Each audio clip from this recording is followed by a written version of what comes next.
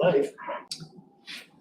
This is the February 22nd meeting of the St. Lawrence County Industrial Development Agency. Chairman Staples, would you like to call the meeting to order? I call the meeting to order. Would you please take roll call? Yes, Lori. Lynn Blevins. Hey, Mr. Staples, Yes. Mr. LeBath, Here. Mr. Blevins, Yes. Mr. Hall, Present. Mr. McMahon, Present. Mr. Morrell, Here. Mr. Reagan. Here. Okay, we have a quorum. And we also have Chris Canada, an attorney with Hodgson Russ, on the call. The meeting public notice was provided. Mr. Staples, would you like to ask for an approval of the minutes from our December 21st, 2021 meeting? I agree. May I have approval of the minutes from the December 22nd meeting? Jim Reagan moved. Is there a second? Andy McMahon. And any questions or comments for us?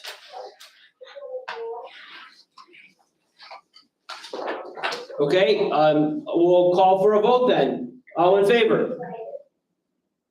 Aye. Aye. Aye. Any opposed? The minutes are accepted. Financial report. Mr. Staples, if you wait me to ask somebody to make a motion, I'd be happy to. I would ask it, since I'm at a distance, that you run or operate the meeting. Perfect. Is there a first to accept the financial report from November 2021? So moved. So moved. Second. We have McMahon first, and we have Mr. Reagan second. Kim, any comments, please? You have November 2021 financials in your packet. Just a few key highlights. There was project fees received of approximately $284,000. Those were from the Ferris East, Ferris West, Little Bow North, and South projects. You had some extra building expenses this month that include some pest control, cleaning, maintenance, and maintenance supplies. Office equipment expense, which included a new laptop, some marketing costs, the educational workshop expense, which had the EDC Academy, and your other operating expenses did include your NYS EDC membership for the year. Is there any specific questions? That's all I have then. All in favor? I'll make a motion to approve. Second. All in favor? Aye. Aye. Passes unanimously. Thank you. There was an audit committee meeting before this meeting. Is there? Mr. McMahon is your chair. Mr. McMahon, would you like to give a brief report on the audit committee meeting? There's several changes in the audit requirements, nothing significant. Hope to have the audit completed by the end of March. Mr. Hall, do you have any additions? Or Mr. Staples? No. No, sir. Perfect. Staff report I will provide. We are working with North American Forest Group on the funding process for the integrated sawmill facility grant we received from the Northern Border Regional Commission.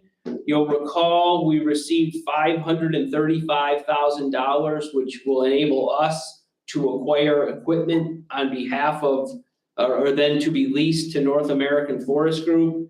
The total amount to be acquired is $1,070,000. The acquisition costs are going to come from initially the IDA will fund $805,000. $265,000 will be provided by the company and or through their line of credit with the River Valley Redevelopment Agency. And then we receive the funds back from the Northern Border Regional Commission. And then in turn, we lease the equipment to North American Forest Group. So we are, just so you know, at a point where we are going to be making significant expenditures, which will go through our typical vouchering and approval process. But we are at the point where that project is getting very close to moving forward. So just want to give you a heads up on that. As you may have seen in the news, Becker? yes, A question. What is the difference between the equipment they have right now and the new equipment? What will that allow them to do? it'll make for a more efficient operation. They have the basic sawyering equipment on hand, as well as some other handling equipment. There'll be a resaw, a kiln, a pallet making machine, and some other handling equipment that will greatly enhance the productivity and capability of the facility. And what will it do for the employment? The employment figures, they're at about 5 right now. The project at full operation and build out is projected to employ 20. Really? Patrick, this is also, if I don't miss my guess from visiting those people, they've been subcontracting when they get busy to the Amish. And this will allow them to hire people to not have to do that.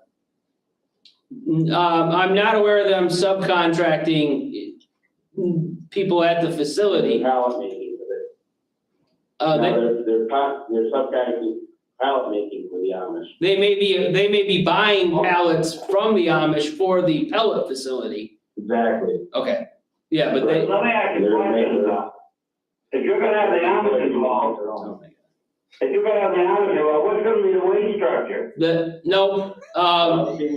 is actually taking the Amish out. No, but even without that, what is the wage structure there? It's in the $15 to $20 range starting. All right, okay. Any other questions on that specific project? As you may have seen in the news, we received a notice that our New York State Department of Transportation rail grants were approved. We have $1.8 million for the Dunn Paper Rail Spur, $900,000 for Alcoa rail enhancement improvements up at their facility. We have a rail consultant RFQ that we have put out where we're expecting responses by Thursday. We've had 4 different requests for information to help us as these grants allow for the payment of professional services out of the funds. So we're going to utilize some of those services as we move those projects forward. We're working, we've gotten the grant letter. We don't have the full grant agreements in hand. So once we have a better sense of the terms and conditions, we'll be working with the companies on trying to move those projects forward. There was a gap in the project financing that we applied to the Northern Border Regional Commission for last year for the Dunn project. We are working probably on another submission for that this year as well, hoping that now that we have the bulk of the financing in hand, it will make for a stronger application. I notified you when we received notice of the awards a week or so ago that was something we had submitted back in April, and we've worked on these projects for a couple of years now. So I think that's a great development, and it'll be good to help upgrade some of the infrastructure for those 2 important employers. Sure. Patrick, I think it was my letter that Senator Ritchie did that put it over the top. Oh, I have no doubt, and we'll be making photocopies of that letter from now on, Jim, with every application we submit to anywhere, so. A couple years ago, we partnered with the Development Authority of the North Country and provided funding to the procurement Technical Assistance Center, for them to, we were able to get matching funds from DANK to support the PTAC operations. PTAC is an entity housed out of the Greater Watertown Chamber of Commerce that helps local businesses provide, with their efforts to sell to the various levels of government. So local, state, Fort Drum, federal. They have office hours here 1 day a month. And I'm just giving you an update that we had an agreement to fund some of their work up here in 2019. We had agreed to do it in 2020, but then the pandemic came. They are now back up here in person, and we anticipate providing funding again this year. It's a great service. They are responsive. It's an avenue for us to help the local businesses grow their exposure and sales with those key sectors. And having them up here in person, I think is a real asset for us, but I just want to make sure you're aware that we're doing that again this year.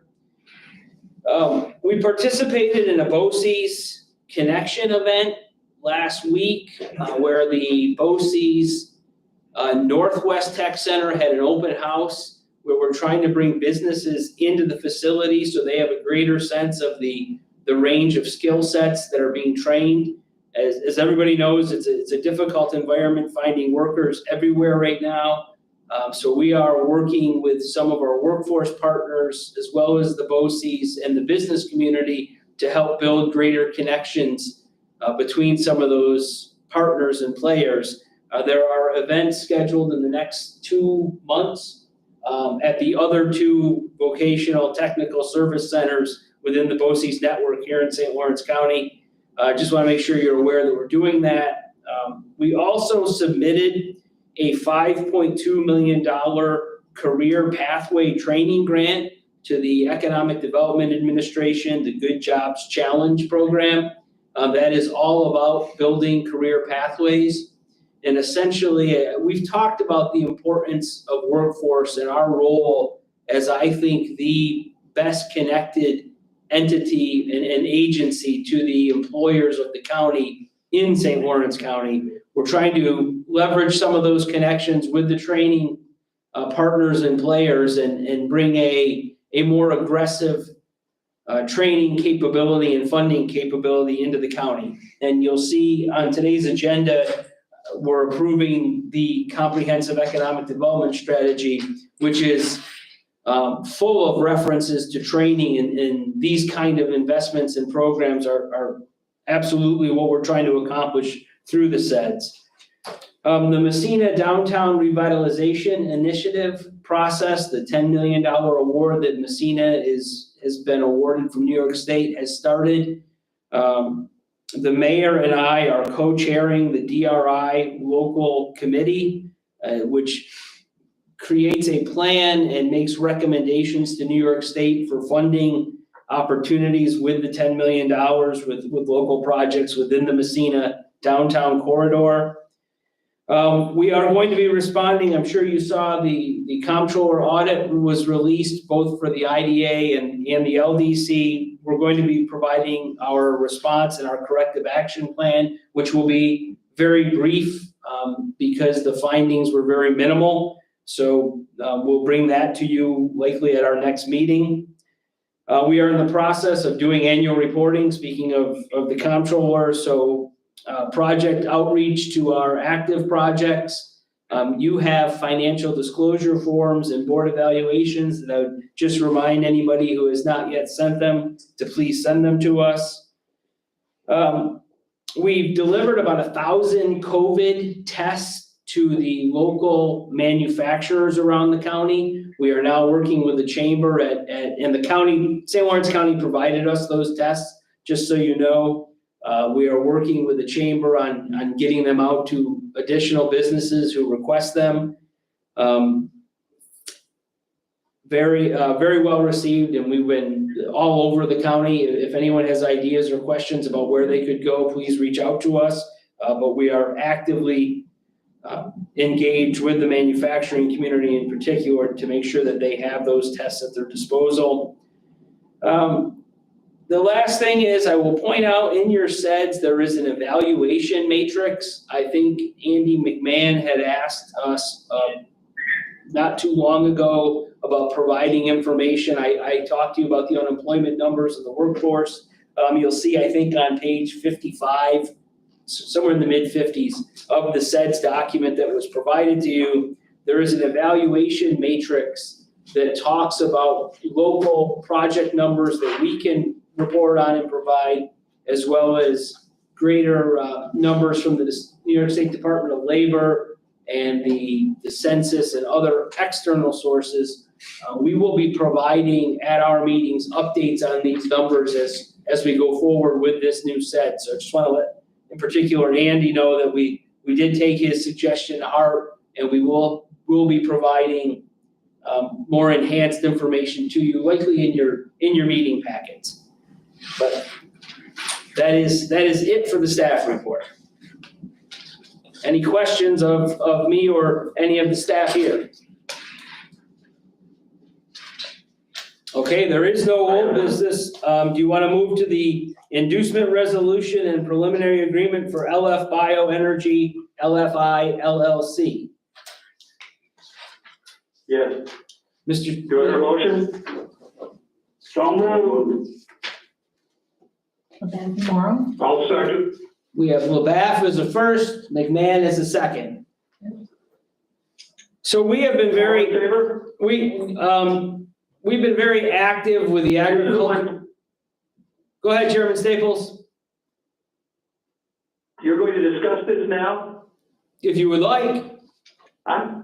Yes, please. I'm having a better problem with my communications. I've got one down and one not working very well, so continue, please. Yes, we've been very active with the agricultural community. We had sponsored a grant for a biodigester at the Woodcrest Farm in Lisbon. We've had numerous discussions with some of the large farms, as well as the Cornell Cooperative Extension, about the potential utilization of the manure stream within the digester process, as an ability. The farms right now, some of them are using these facilities to generate local electricity for their use, but there's also a market, a tax credit market in particular, for renewable gas that is produced by these operations. What you have in front of you is an inducement resolution for a tax exempt bond for a project at the Stouffer Farm outside of, near the North Lawrence Dairy Facility. This is a large farm that's looking How at do you spell Stouffer? Stauffer. And Thank you. an inducement resolution, by way of reminder, essentially sets the clock for when expenses can be qualified should a tax exempt bond go forward.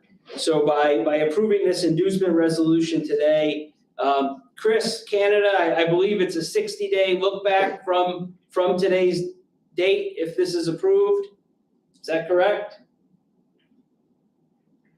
There are exceptions for preliminary expenditures such as engineering and whatnot, but you're correct, it looks at that 60 days from the adoption of the resolution.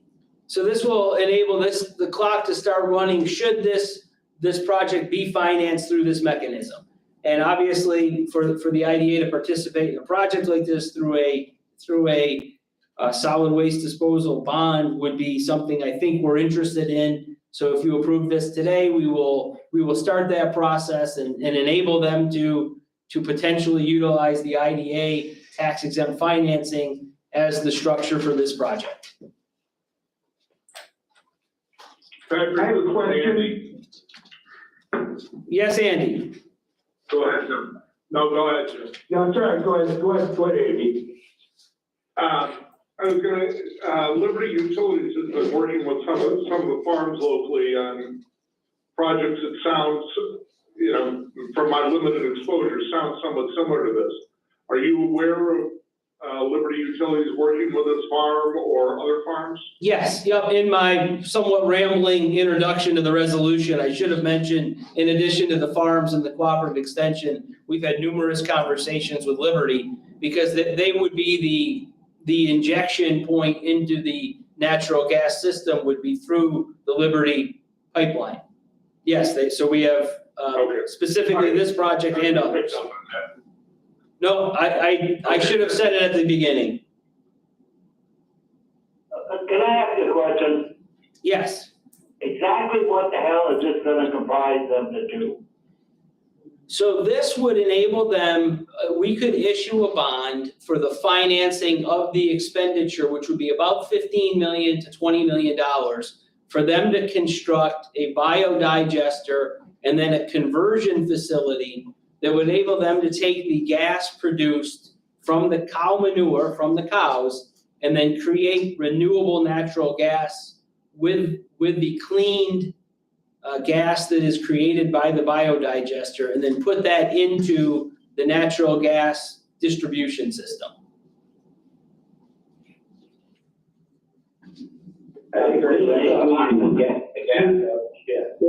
There's real potential here for a positive for the dairy farmers in St. Lawrence County because there's huge credits for these companies to come in and for carbon credits and lots of obviously government money to come in and for this renewable energy, kind of like solar, but it's by making methane gas and putting it into the gas line. So it's a real advantage for your dairy farmers in the area. We actually have a project going also differently than the Stopper Farm and different finance, but there is lots of benefits to this to the local farmers. Yeah, I see this as a It real. also ends a lot of air pollution. Say that again, Brian? Yes.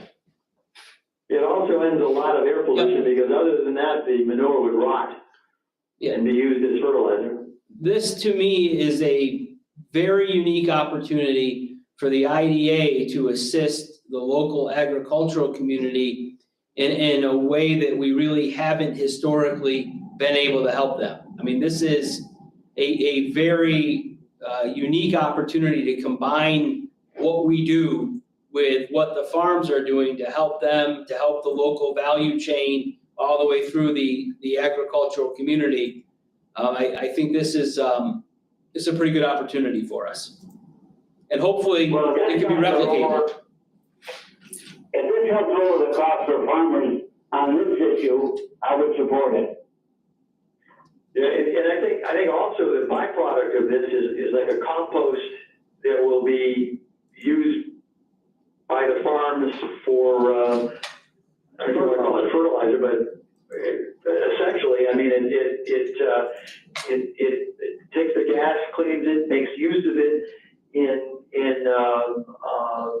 everything, houses, industry, whatever, and then the byproduct is put back into the land as compost. Am I correct in that? I would defer to our farmer member. Steve? Yeah, farmer member, that's what I'm asking. Yes, you're basically taking the methane, which helps, that's the gas that releases out of your bits, that's the negative gas that releases, so you're taking that out, storing it, using as in line, and then the rest, as fuel, and then the rest is, you aren't hurting your fertilizer value at all. Correct, yeah. And also, it also helps in controlling food smell also, so it's really a positive, It's a win-win-win-win. yes, yes. I call the question. I have one question. Go ahead, Jim. Okay, who will own the methane digester, the farmer, or is another company coming in to own and operate it? You know, each project is different. In this case, the owner entity would be LF Biofuels. And they are who? They are a renewable gas, Private business entity. yes. Yeah, a special purpose entity, defensive project. Well, I'm just wondering, are they a company owned by Stauffer Farms or somebody else that, is doing this in conjunction with, the farm? That's the latter scenario you just described, Jim. They're a third-party entity that is, Okay. there will be a market for Stouffer Farms for their manure. Good. Do we have any idea how many people it will employ? 2 at full build-out, 2 technical positions on site. And before that would be before you approve a final bond resolution, you would have our traditional resolution format that would have the cost benefit analysis and the job numbers and that level of specificity. Gotcha. Thank you. Ernie, you, Well, when this is done, how many approximate jobs would be created? by this specific project, 2. Yeah, but when it's all done and complete. Two. I thought you said it was There'll be 2 operators on site at the facility employed there. I mean, that's in addition to the farm. I mean, it would support the operations of the farm, which has dozens of employees, but specifically for this facility, the final number is 2.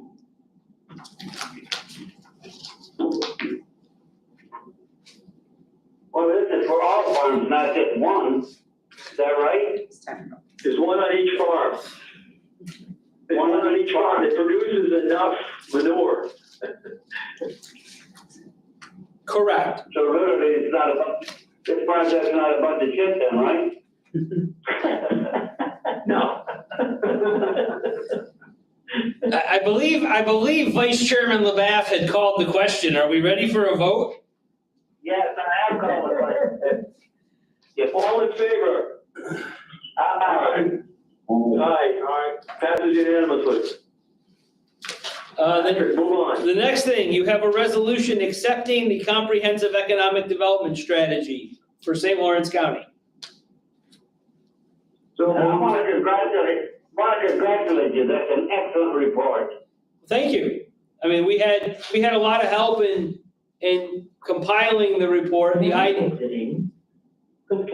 IDA is certainly the primary driver behind it, and I like it. I think it is a strong document. Did you guys get the first and the second?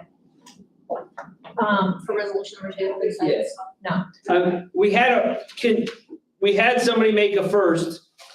Who was that? Mark, Mark made the first, and who made the second? I made a second. Ernie, thank you.